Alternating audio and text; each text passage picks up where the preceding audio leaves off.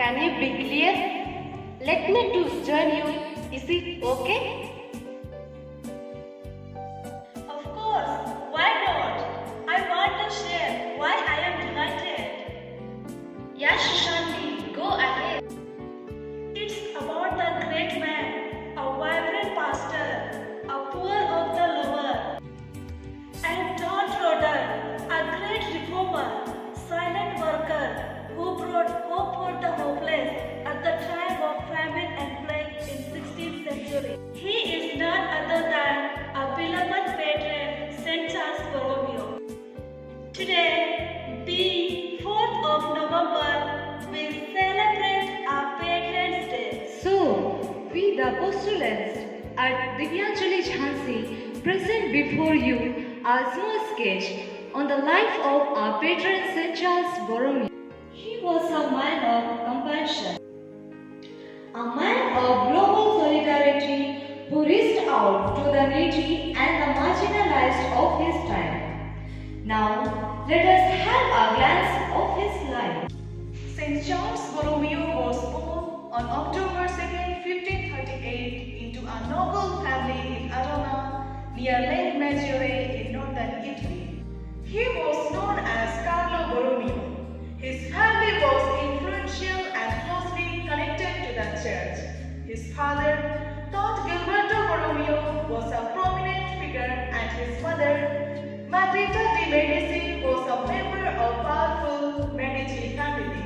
At a young age, Charles showed keen interest and a deep commitment in his piety was despite for a religious career and his learning.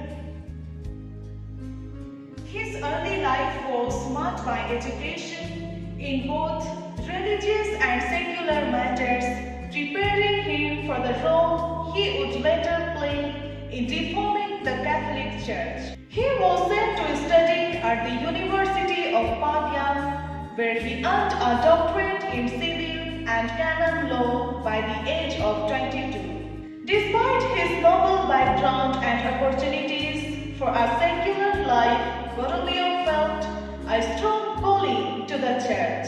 Charles displayed an exceptional sense of responsibility, leadership and personalities that would define his career in the church. His boyhood, marked by discipline, devotion and intellectual rigor, was a precursor to his later work as a key figure in the Counter-Reformation, where he sought to address corruption and restore the church's moral integrity.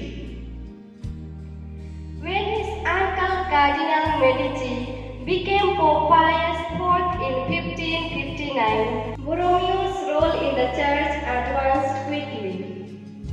His uncle appointed him as a cardinal and administrator of the Archdiocese of Milan, even though he had not yet been ordained as a priest. This was a critical moment in Borromeo's life, marking the beginning of his significant role in the church and set the stage for his involvement in major religious reforms during the Council of Trent.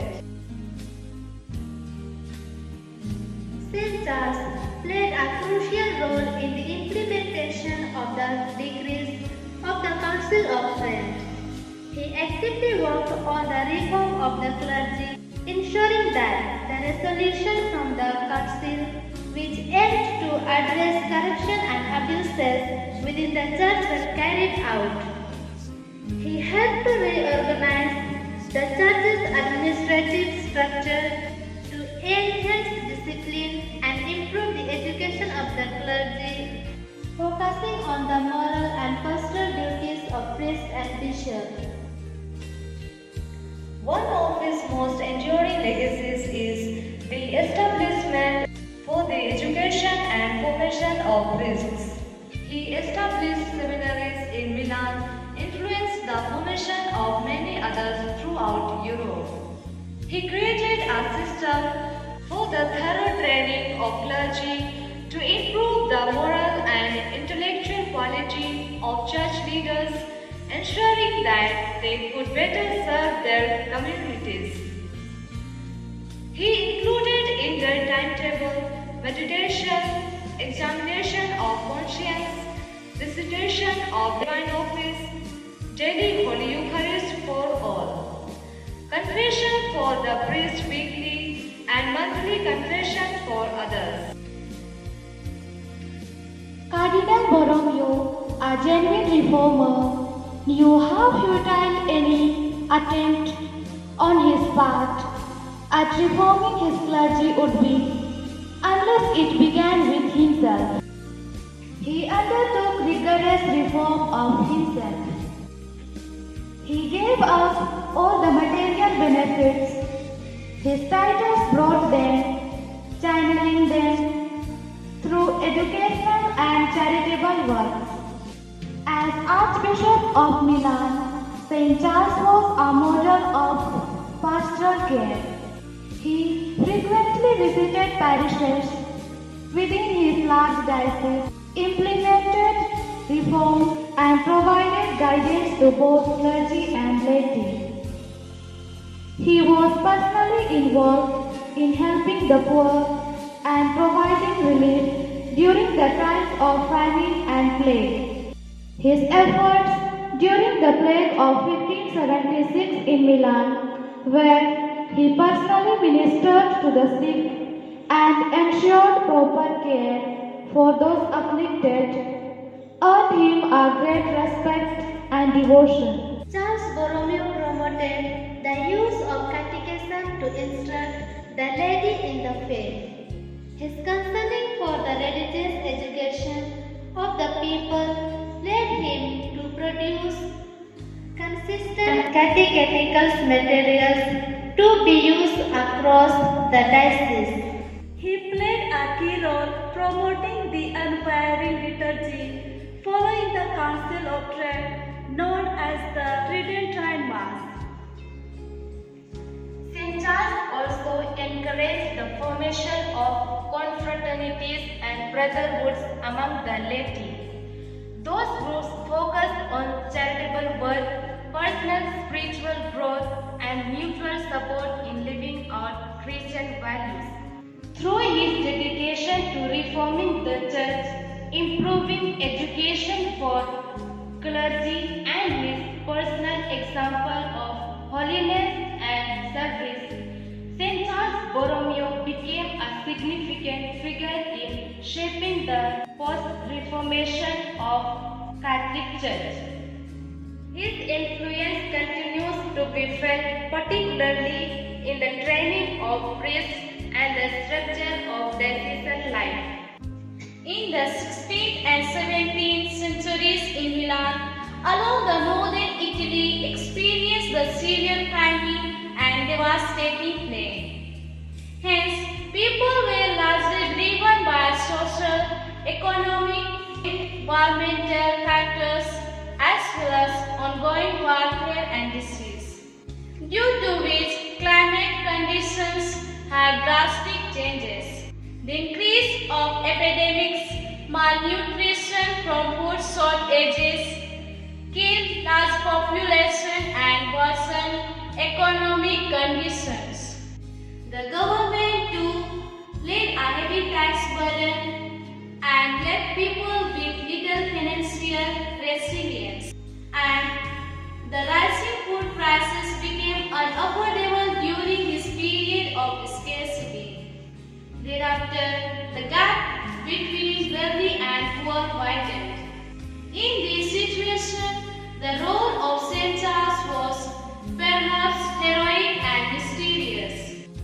He gave no limit to the caste barriers of any. If the tiny spark of God's love already burns within you, do not expose it to the wind.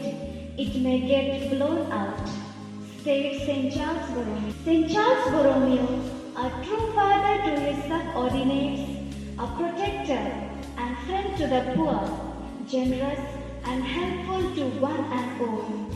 If there is a grain of truth in the saying, like father, like son, It may be implied, verified in the case of St. Charles. His parents too shared their love for the poor, their care for the widows and the orphans, and their generosity towards needy. St. Charles himself assisted priests and religious, both men and women, to serve the plague-ridden people.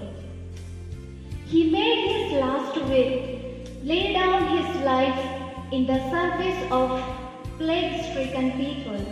To provide for their needs, he sacrificed all his goods, distributed his own clothing, and turning all the curtains and tapestry of his house into garments for the poor. He not only fulfilled the material needs of the people, but he took care of their souls too, as a good shepherd.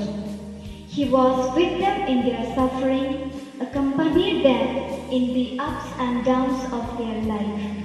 He supported them spiritually and morally.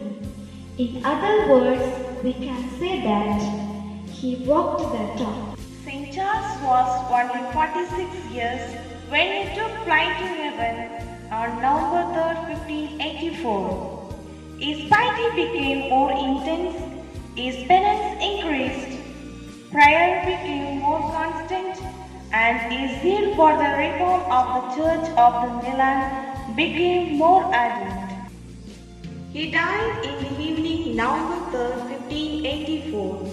In his will, dated September 9, 1576, he expressed that it should be very simple, that he should be buried in the Cathedral of Milan, in a tomb under the main altar, to remind the priest, the people to pray for him. The candle that gives light must itself be consumed. After his death, people started honoring him as a saint, even before Rome took up the process of canonization. In 1610, the post of his canonization was introduced. In the meantime, pilgrimages even from distant places had increased. Constant miracles which took place at the tomb drew crowds of pilgrims from the most remote provinces. In 1606, the coffin was opened in the presence of the bishops and notaries commissioned to identify the body. They testified that it was preserved intact after 20 years and 4 months in the damp conditions of the tomb. On November 1st, 1610, Pope Paul V solemnly proclaimed the canonization, elevating the Archbishop to the honors of the altar. In 1697, a colossal statue as a memorial of him was erected at Arona in the land of his birth. Pope John Paul II addressed the people of Arona about St. Charles Borromeo. St. Charles Borromeo moderated his strong character and developed his talents, which made of him a tireless man of action, a wise bishop, a zealous reformer, a gentle shepherd of souls, a regent penitent, and a hero of holiness. His spirituality and ministry centered on Christ's passion and death. He drew inspiration from these mysteries for his life, self-abnegation, mortification, and for instilling faith in others. The mother house of the Sisters of St. Charles is privileged to possess a precious relic of St. Charles brought to them from Milan by Bishop Lavis of Turin. It consists of a piece of the red cap of the saint. This relic, enclosed in a beautiful reliquary, is exposed and venerated in the chapel during the octave of the feast of St. Charles. So, Today we are here to wish every one of you a very happy feast of our patron St. Charles Borromeo. आगे आगे बढ़ते आते हैं हम,